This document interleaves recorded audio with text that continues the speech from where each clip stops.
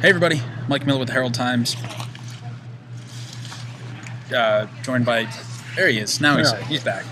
How you basketball columnist, That wasn't Jeremy working. Price? What are we doing? I was trying to do the virtual reality thing or something. How'd it go? It was blurry. Yeah. Very blurry. Probably no. Yeah, it wasn't working. This is not the time to do it. No. Probably should have. You should have done that during the engagement. Well, I should have, but Jeremy Price on the court, just in every picture that Colin Hartman and his new fiance will have for the rest of their lives. yeah, that wouldn't be weird. No, it'd be awesome. Actually, I'd want a copy of every single picture.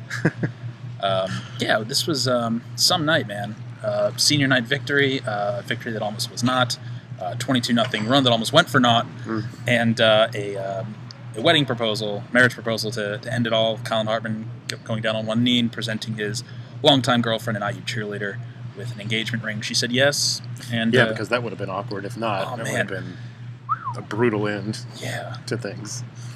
I guess he felt pretty good about it though. he must have liked his chances. Apparently, that was in the works for some time. Tom Crean knew about it. Didn't seem like any of his teammates did. Right. The reactions were, I tweeted this, the reactions were probably the best part. I didn't see this at the time, but about half the team just collapsed on the court as he went down on one knee. Juwan Morgan, meanwhile, was like jumping up, like fist bumping like that. It was a cool moment. It was, and the fact that Indiana actually won this game somehow, I'm really not sure how, to be honest with you. This is not a game that this team wins, frankly. No, exactly, and the fact that they had squandered that 22-0 run, and I thought, well, this is just fitting. Somehow you're going to lose a game where you had a 22-0 run, but they didn't, because they had an 8-0 run at the end. And as those things usually go, they got a little bit lucky too at the end too. Yeah. Brian McIntosh with a runner, which that's kind of his thing. Like he hits those runners quite often. Actually, missed, rebound goes to James Blackman. James Blackman runs up the court. He gets about two guys double teaming him down on the baseline. Passes to a wide open Thomas Bryant, who goes up for the dunk, ties the game. It's a very dramatic free throw that nearly bounced out and would have forced an overtime period. Which, gosh, if you go to overtime, I don't know how many more overtime periods this team has left in it. Judging by the way Iowa went, I'm not sure really there are many overtimes left. I can tell you those of us on press row did not have an overtime period left in us. That's for sure. Hey, I've gotten better at writing these overtime games, man. It's a lot of practice. What is that now? 3 overtime. There was the Kansas game 4, Fort Wayne 5, Iowa was 6. So 6 overtime periods. Yes, right? yes. Jeez. And when that ball hit the back of the rim, No, I was thinking I 7. thought we were going another. I thought we were too. Where to begin? We can go to the 22-0 run because again, this was Indiana wasn't as lucky as they were the other day. Well, I shouldn't say lucky, but didn't have that same start they had at Iowa, which really paced them out and gave them a solid lead the other night in Iowa City. It was a bit of a struggle for a time. I think it was an 18-3 Northwestern run. Right. Indiana just kind of looked out of sorts. Never really found its footing early in this one, but then charged back over the final 5 minutes of the half, 22-0 in a halftime, and really held a real stake of momentum going into the locker room.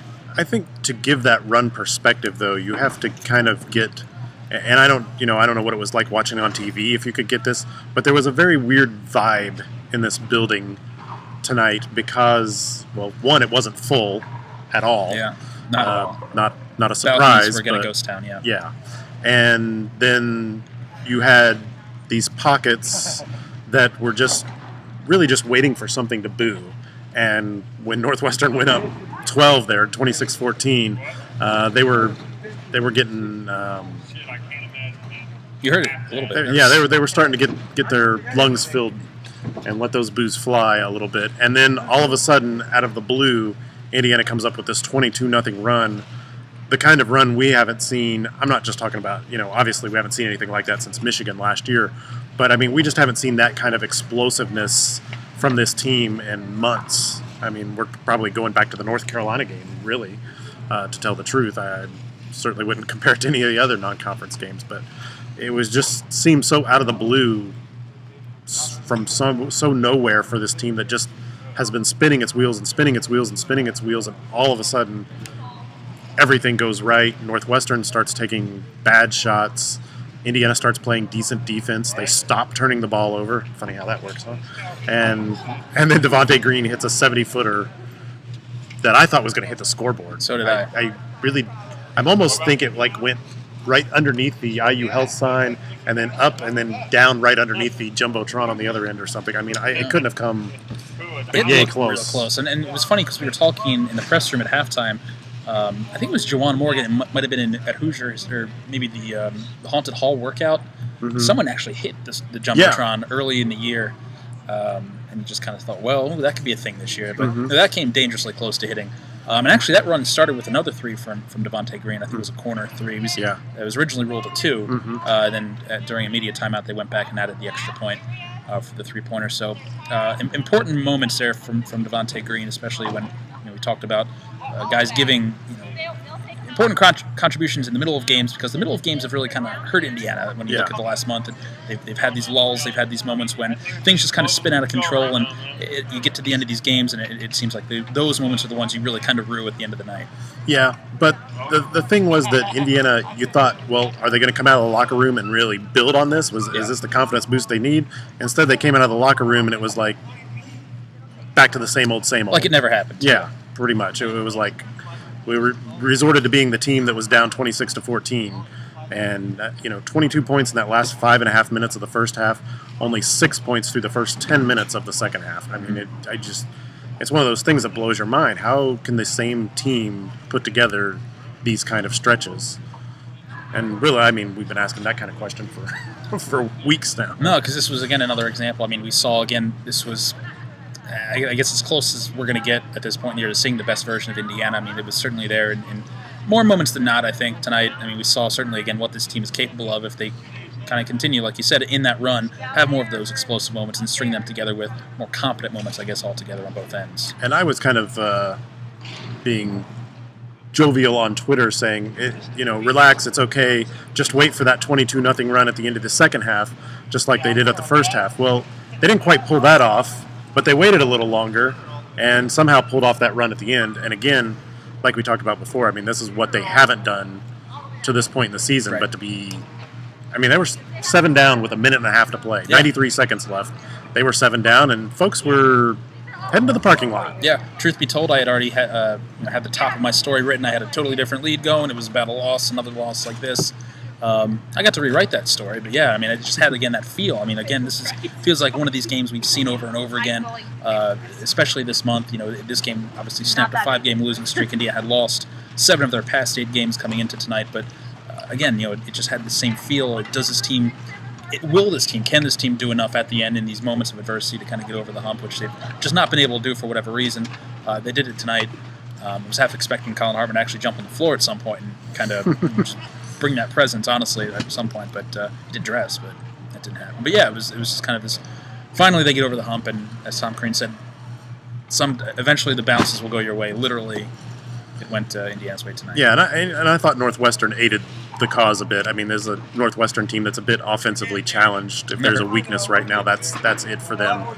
They missed some free throws, they missed some shots, made some mistakes of their own, and opened the door. But in the past, Indiana has not been able to walk through that door, even if you held it open for them for an hour. Yeah. And they were able to do it tonight. Are we ready to declare this a turning point? I don't think so. Did that once after Penn State. No. but it's at least a move in the right direction for this team, and I guess at this point you take what you can get. Yeah, I mean, I kind of sit here and I think, much like I thought after the 2-game road swing to Michigan and Northwestern late in January, I kind of now think about, man, if you had just gotten a couple more of those possessions against Iowa. What was before that? Where were we? It's all a blur at this point in the year. But it would feel a lot better going to Purdue if this was not just a 1-game streak, rather right. two or plus. But you got to go to Purdue now. That's what's left on the schedule. You were going to Purdue and Ohio State from there. Purdue is going to be an absolutely difficult matchup in Mackey. That's the biggest problem. Yeah, you're trying to build your momentum going to Purdue, a team that plays far better at home than on the road, and is now going to be angry because of getting blitzed at Michigan today. Yeah. So that doesn't seem to line up very well for Indiana to build some momentum, but But there's also the chance too that they can play their way out of that Wednesday matchup in the Big Ten tournament. That would make the task at hand going into DC a lot easier. And there's, given the way the landscape of the league is set up this year, I think it's anybody's tournament. You go down there, you get a few wins, and who knows what happens. Talking about the postseason, so there's still some enough to follow here. This was Yeah, I mean, it leaves a lot of possibilities open. You've got that possibility. It now puts you in position where the NIT isn't out of question anymore.